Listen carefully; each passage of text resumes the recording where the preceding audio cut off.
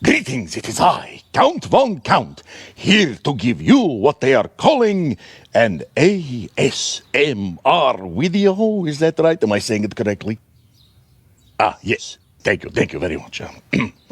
Here we go then. 1, 2, 3, 4, 5, 6, 7, 8, 9, 10, 11. I think I have found my calling. Ah!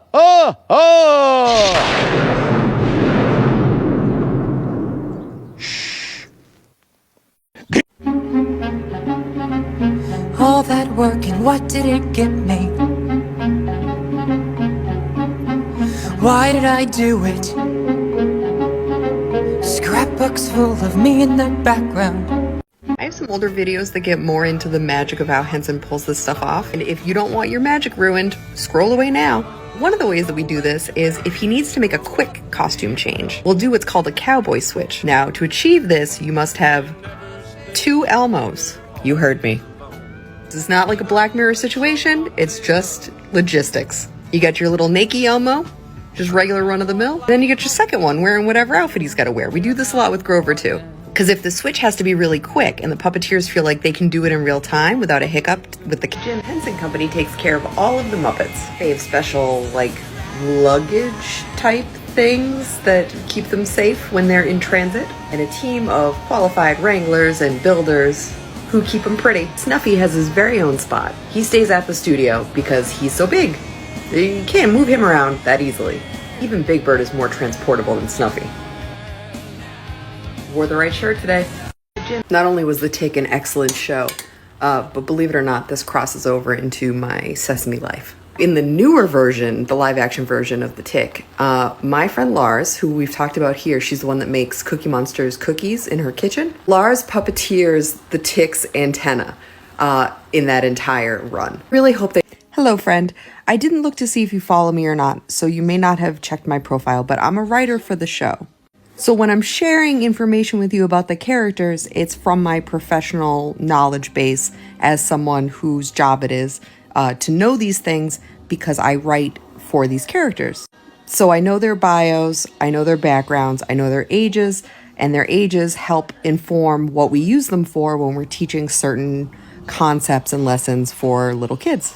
And there may be instances where someone goes rogue or says a different age or something at some point, but what I'm sharing with you is what is established and known as true. So I'm in Newsweek today. I just got out of a meeting about to eat some lunch, so that's a thing. I really wish, because now I'm going to have to answer this 500 more times, that she had gotten what I said in the video, which is that he aged up from 3 to 3.5. He's 3.5, canonically 3.5, not 4. 3.5. Also, I put my name out here because I know I'm searchable, because I'm in the credits. So, you know, I wish she had looked at my name and maybe Googled it. Which brings us to the daily lesson here of Google is free. For everybody. For you, for me, for reporters. Google is free. Whew. This is weird. Okay, everyone brace for impact. There's nothing quite so humbling as, you know, getting up at 4 a.m. and going and seeing your first full episode get shot.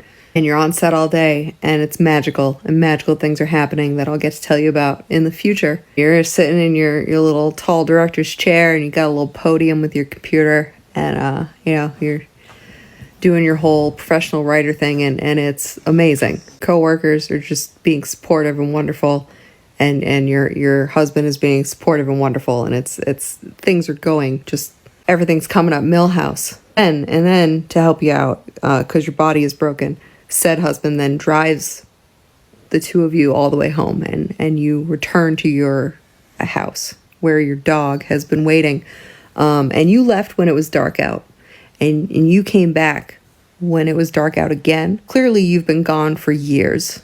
And she's taken this time to perfect her form of art, which is peeing and pooping and barfing everywhere. You know, you come home and then in your fancy stocking feet, you step in, maybe it's some pee you didn't know was there. Now you're barefoot on freezing cold tile because your slippies are upstairs, but also now you gotta wash your feet. Turn a corner and there's just poop. Now you're picking up poop. There's a lesson in there, man. It's like no matter how fancy your day was, no matter how fancy you may have felt just mere hours ago, sometimes extremely emotional elderly pit bull who is upset with you. Hear her whines. All in all, still not a bad day, guys.